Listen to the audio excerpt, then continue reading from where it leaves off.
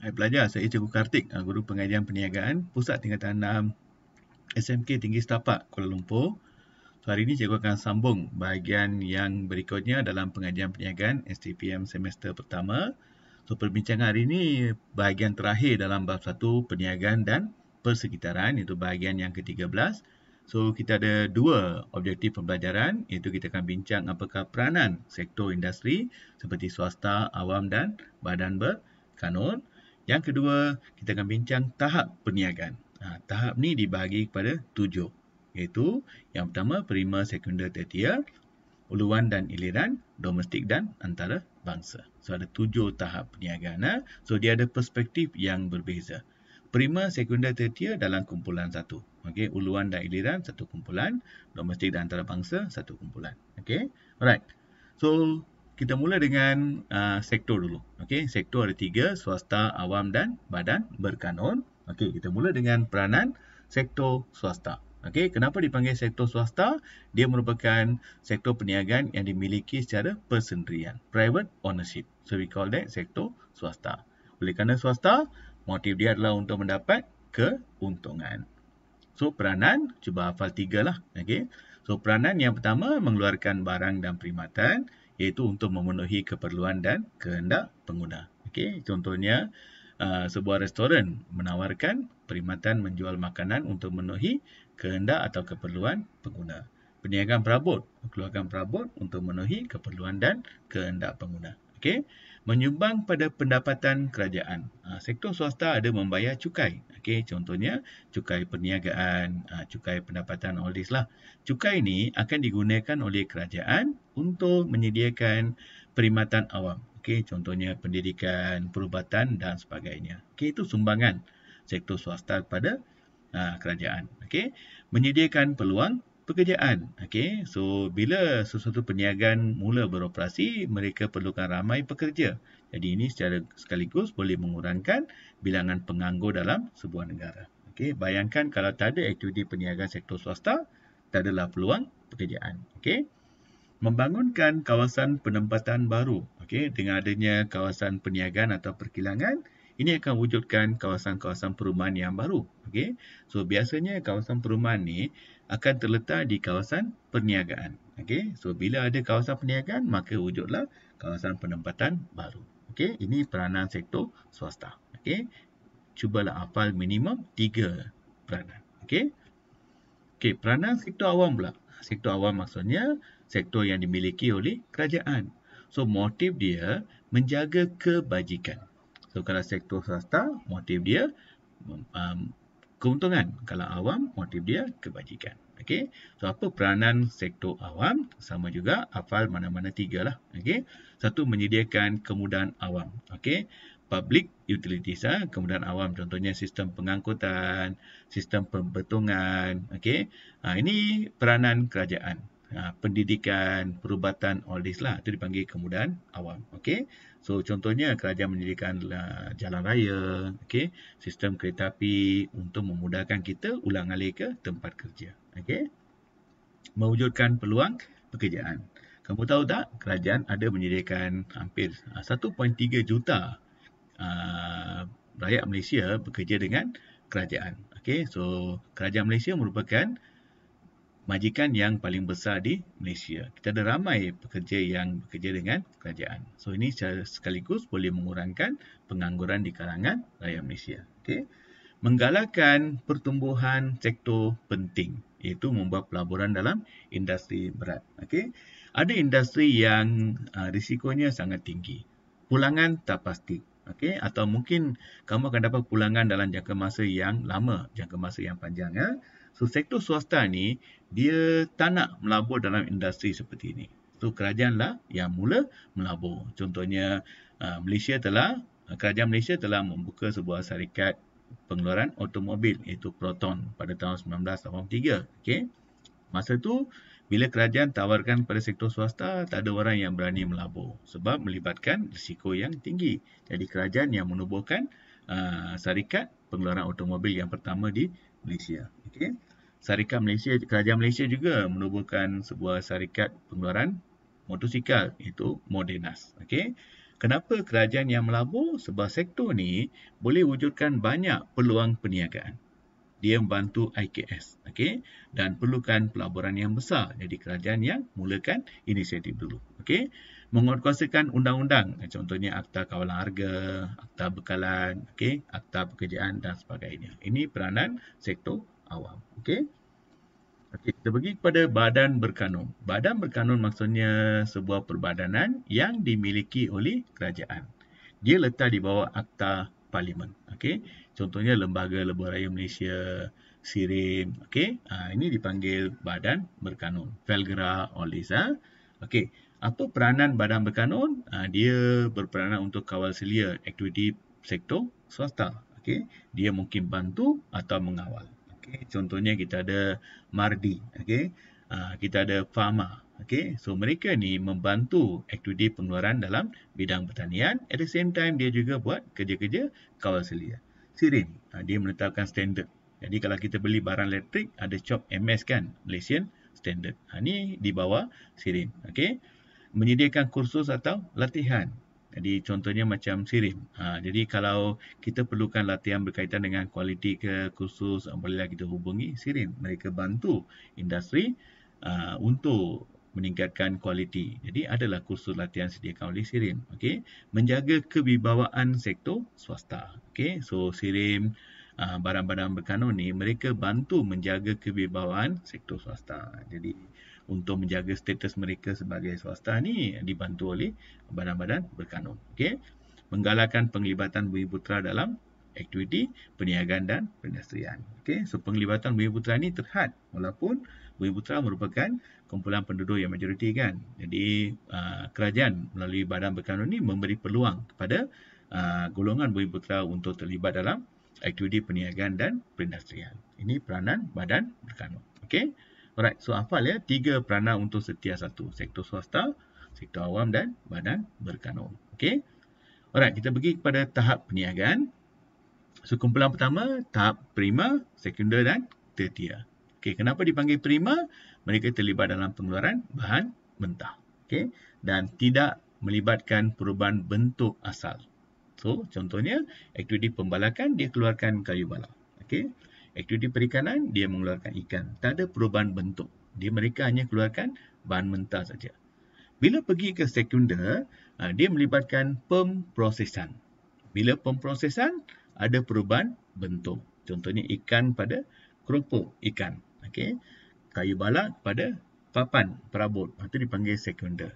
Okay. Contohnya aktiviti pengeluaran perabot. Okay. Tertiar maksudnya dia melibatkan penyediaan perkhidmatan sokongan. Okey, perkhidmatan sokongan contohnya pengangkutan, perbankan, pergudangan, logistik. Itu dipanggil tahap tertiar. Okey. So tahap tertiar ni lebih kepada support service. Contohnya kalau kita buka sebuah kilang perabot. Okey. Kilang perabot letak di bawah tahap sekunder kan. Dia dibantu oleh syarikat pengangkutan menyediakan perkhidmatan pengangkutan untuk mengantar perabot ke kedai perabot.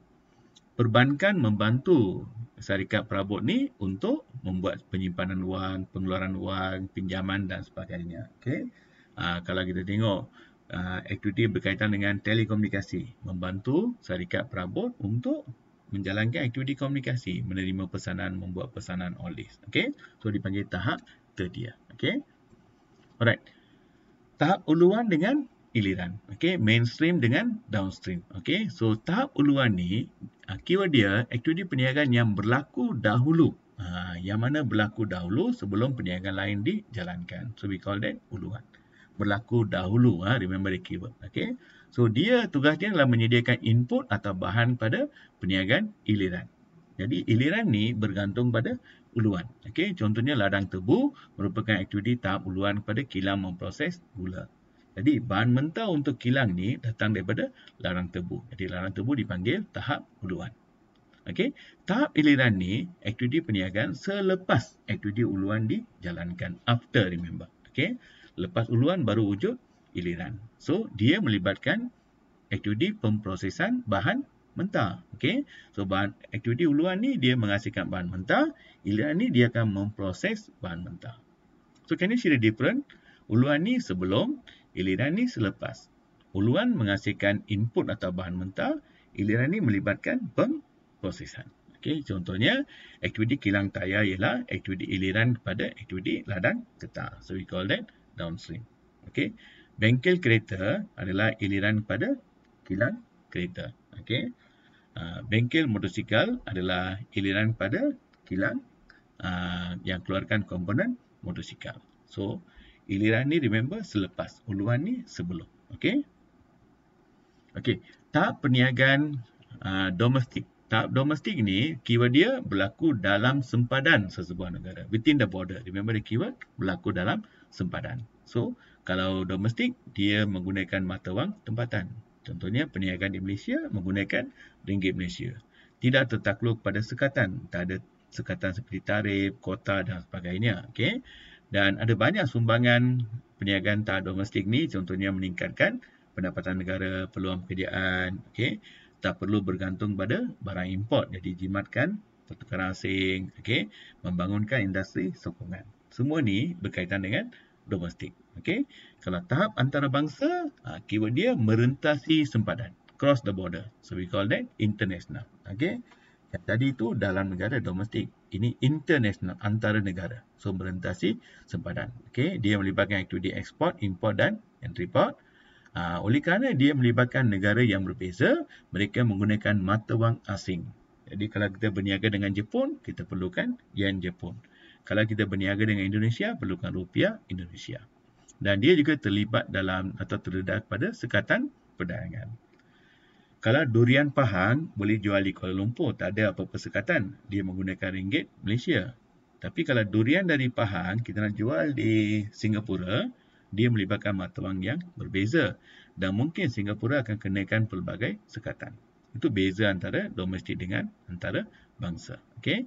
So, apa sumbangan tahap antarabangsa? Of course, dia meningkatkan pendapatan negara. Bila kita ekspor, hasil negara kita akan meningkat. Memperbaiki imbangan pembayaran. Imbangan pembayaran ni, dia menunjukkan perbezaan antara penerimaan wang dan juga pembayaran wang. Penerimaan berlaku bila kita mengekspor barang ke luar negara. Okey. Pelancong asing datang ke Malaysia. Semua ni akan meningkatkan penerimaan. Pembayaran berlaku bila kita import barang dari luar negara. Okey. So dengan adanya perniagaan antarabangsa ni, dia boleh bantu kita meningkatkan wang masuk atau penerimaan. Okey. Pasaran lebih luas, boleh meningkatkan teknologi sebab negara lain teknologi berbeza. Jadi bolehlah kita pinjam atau kita beli teknologi dari luar negara. Okey. Dan pelaburan asing. Okey, kita akan terima pelaburan dari luar negara. Okey, ada banyak syarikat asing yang melabur di Malaysia. Semua ni sumbangan tahap antarabangsa. Okey, alright. Let's see the question. Uraikan 3 peranan sektor swasta bagi 1 peranan dan 1 uraian. Okey, contohnya menyediakan barang dan perkhidmatan, uraian. Barang dan perkhidmatan ini boleh memenuhi keperluan dan kehendak. Menyediakan peluang pekerjaan, boleh mengurangkan pengangguran. Okey. Peranan sektor awam sama. Okey, iaitu menyediakan peluang pekerjaan, okey. Lepas tu menyediakan kemudahan awam. Okey, itu peranan sektor awam.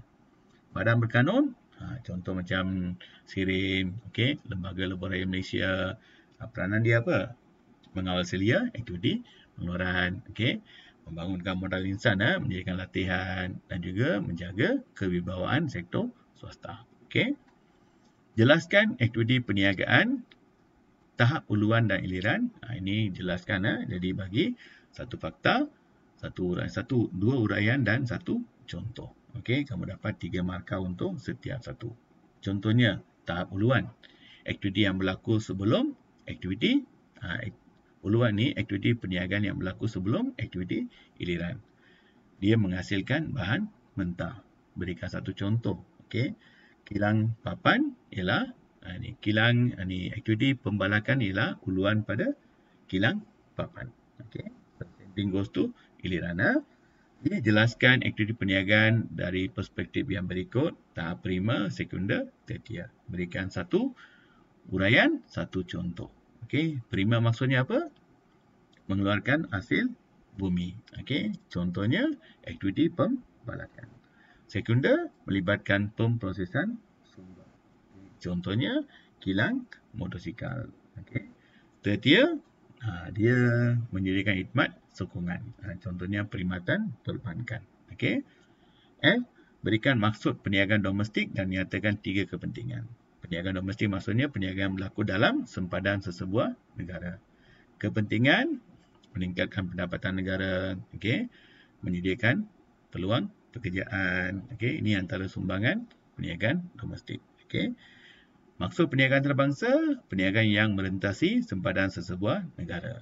Kepentingan apa? Menyediakan, ini meningkatkan pendapatan negara, okey, memperbaiki imbangan pembayaran, okey, pelaburan asing dan sebagainya. Okey. Okey, harap apa yang cikgu sampaikan ni membantu kamu ya. Jika perlukan maklumat tambahan, bolehlah kamu layari blog cikgu, cikgukartik.blogspot.com. Okey. Dan jangan lupa subscribe, like dan share ya. Jika ada sebarang kemuskilan, okey, ada masalah, pertanyaan, bolehlah kamu letak dalam bahagian komen. Cikgu akan bantu kamu secepat yang mungkin. Okey. So, that's all. Bye.